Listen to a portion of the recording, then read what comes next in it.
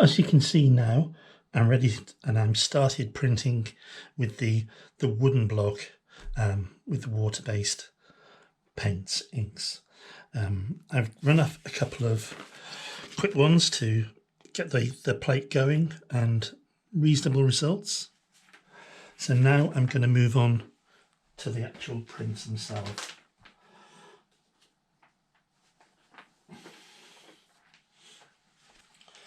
So this is one I've got,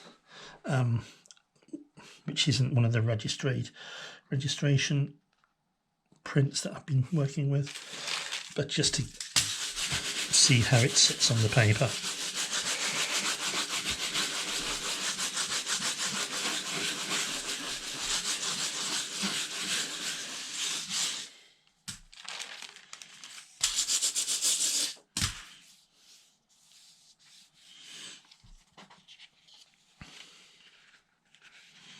That's quite good, it's not bad. It's a bit bleeding in areas, so I'll just be a bit more careful with my inking up. So I'll ink up the next one.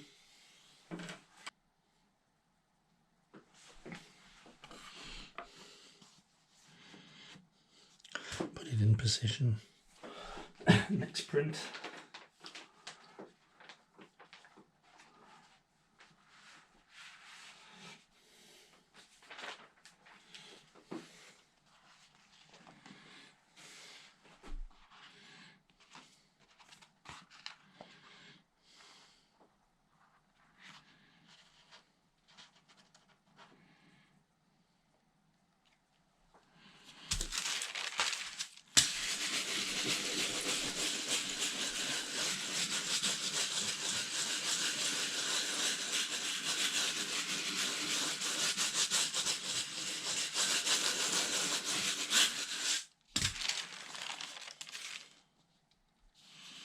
Just checking the edges. You know, I don't profess to being an expert in this process. I'm very much learning the process with this and finding out its capabilities in relation to the way that I print, really, and which is what everybody will do, really. And there we have that.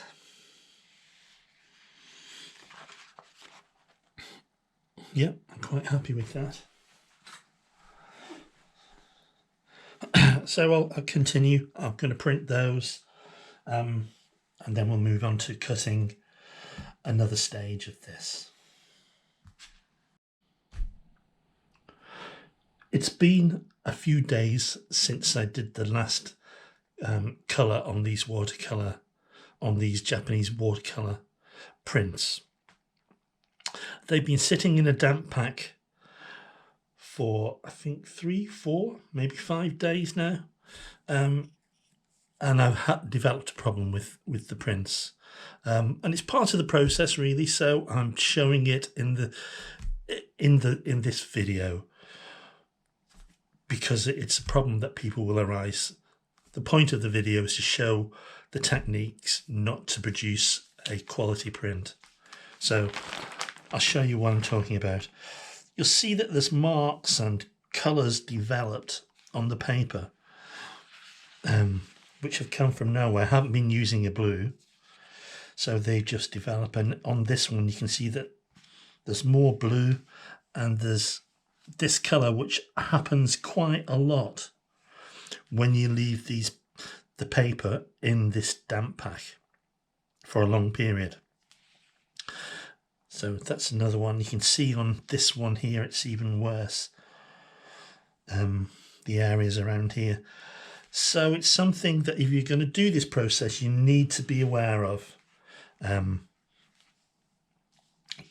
you're going to have a few days between printing each colour, you need to take it out of a damp pack and let it dry, and then re-dampen the paper.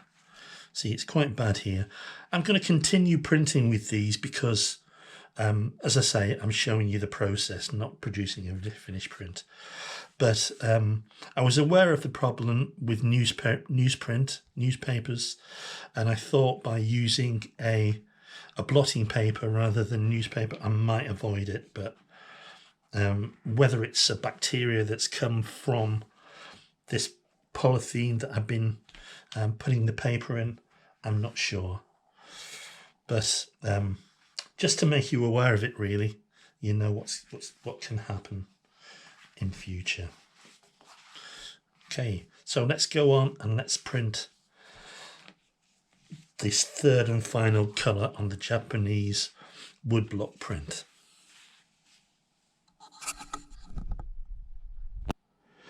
Another thing that you should be aware of when you're working with the plywood, you're applying water to one side of the plywood, and it will have a tendency to buckle, so as it will go that sort of shape, and then it becomes quite difficult to register, to get the plate to sit in the registration parameters that you've set. You can solve this problem by just turning the plate over and dampening, adding water to the back of the plate. It may take 2 or 3 goes at doing so, but it will bring the plate back into shape. And you can see now, I mean, this plate was quite seriously warped, but by applying the water, it's brought it even further from a flat shape. So it's still workable with. Another tip, really, just to keep you informed. So once again, I'm ready to ink up this plate again, get it printing. Same as before, the plate has been dampened with water. I've got some colour mixed up, again the watercolour, just thin layer, and some nori paste. So just going to apply lots of this onto the plate.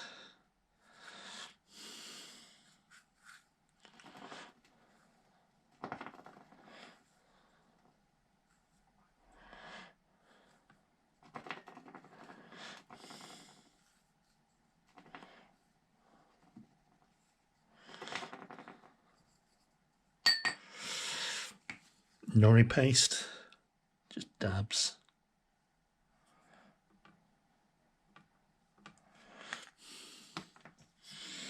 Brush it around. Just trying to spread it out and get an even damp coating on the whole of the plate.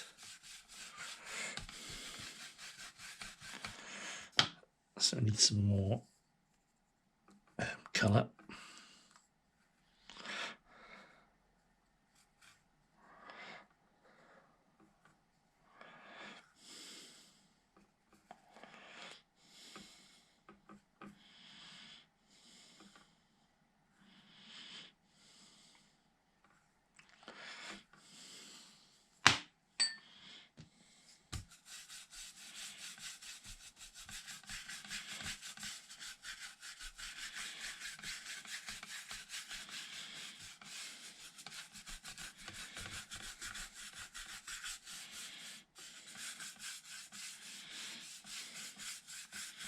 So I've got a coating on that now. Brush it around.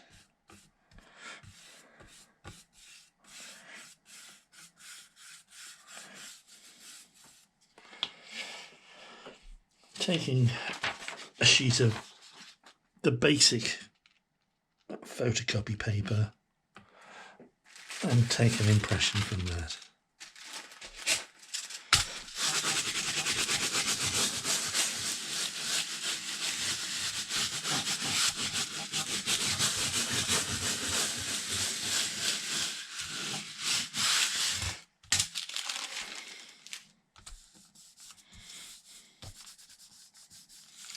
You can see where it's dry in the corners and needs more colour in that. Yeah, I'm picking up the colour from the edge from the base there, but yeah, it's all right, it's looking okay. It's doing what it's supposed to do.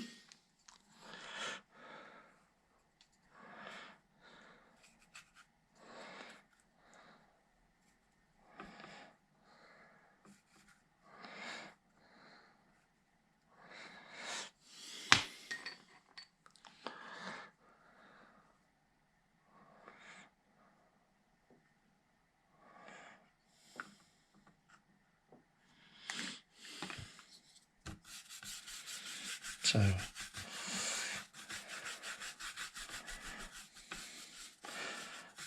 after each colour I've been printing with, I haven't sort of washed the plate or anything, which I would do with lino or Japanese vinyl.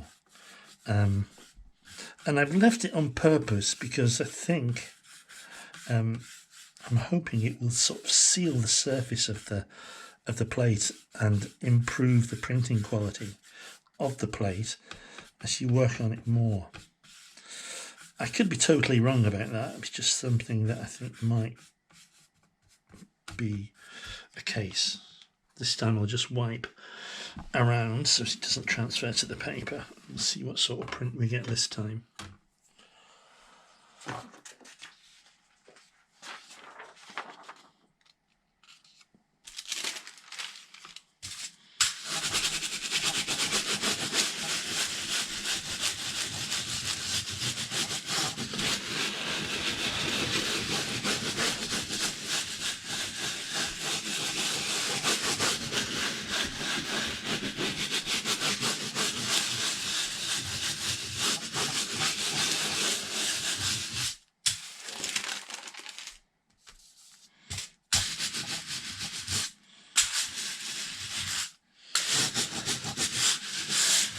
Just missing the corners with the barrel.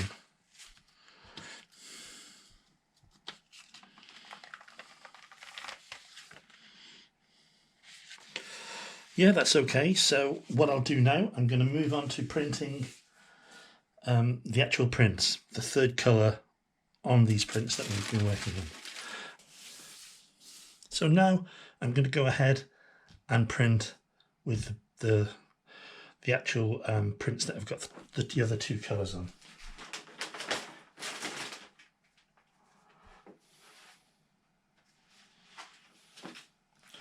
Starting off with the unregistered one, just to get an impression of what it's going to look like as we're working with it. Baking parchment.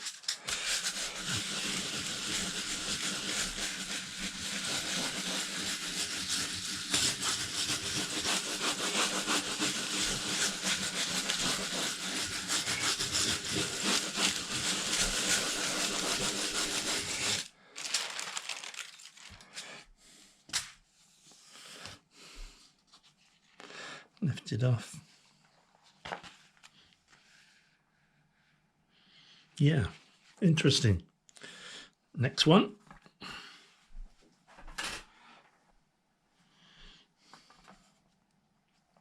So this time we'll use one of the registered sheets.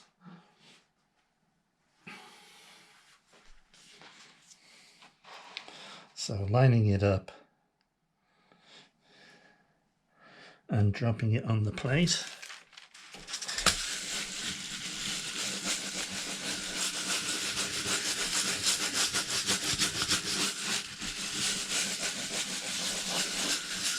I've got to say, I do like these bearing barons. They're just so easy to work with for this type of printing. I would thoroughly recommend one of these.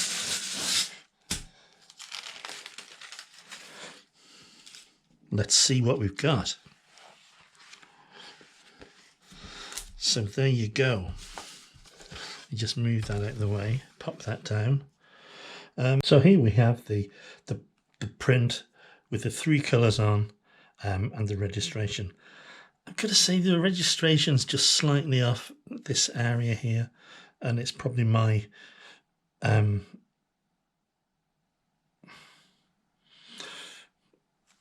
my ability with this registration technique. I'm certainly impressed with this. I'm definitely like the way of working, and I like the way the print sits on the paper as well. I've got the third and final colour mixed up for the vinyl print now, so I'm just rolling this out, ready to put onto the plate.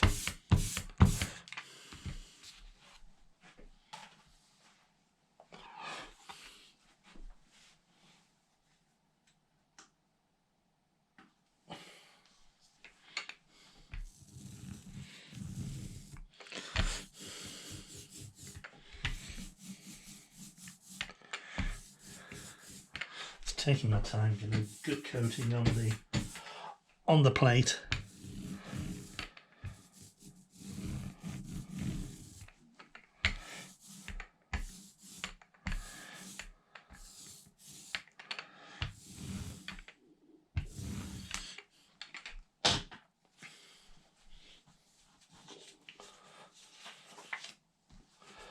So I'm just going to drop one of these previously half registered prints onto this to see what it looks like.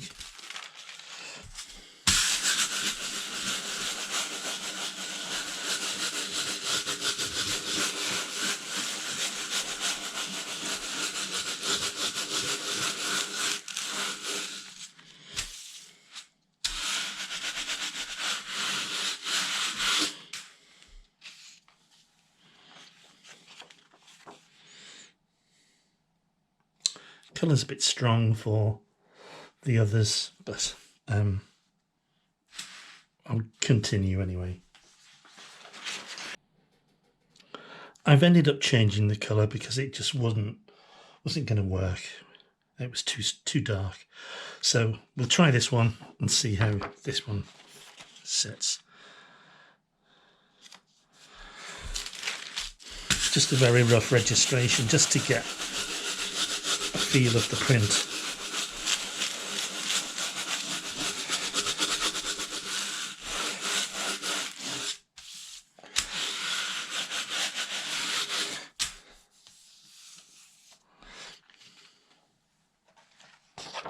Yeah, that's much better. Okay, we'll do the registration prints now. Yeah, okay, so first off, so taking the print, dropping it onto the pins away from the paper, clipping it on, just holding the edge, let it fall onto the plate and apply the pressure.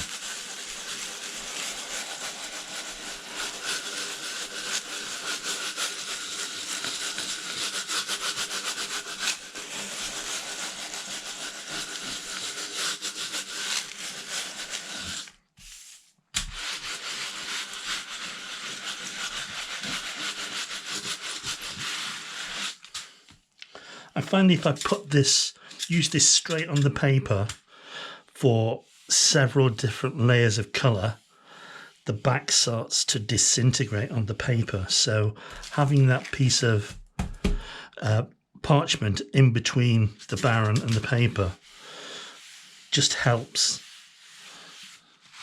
the life of the paper. Okay, let's just lift one side up and have a look. Yeah, I'm quite happy with that. So lift it off the plate. Just move this out the way for a second, and then we can see the print. And that's the finished print.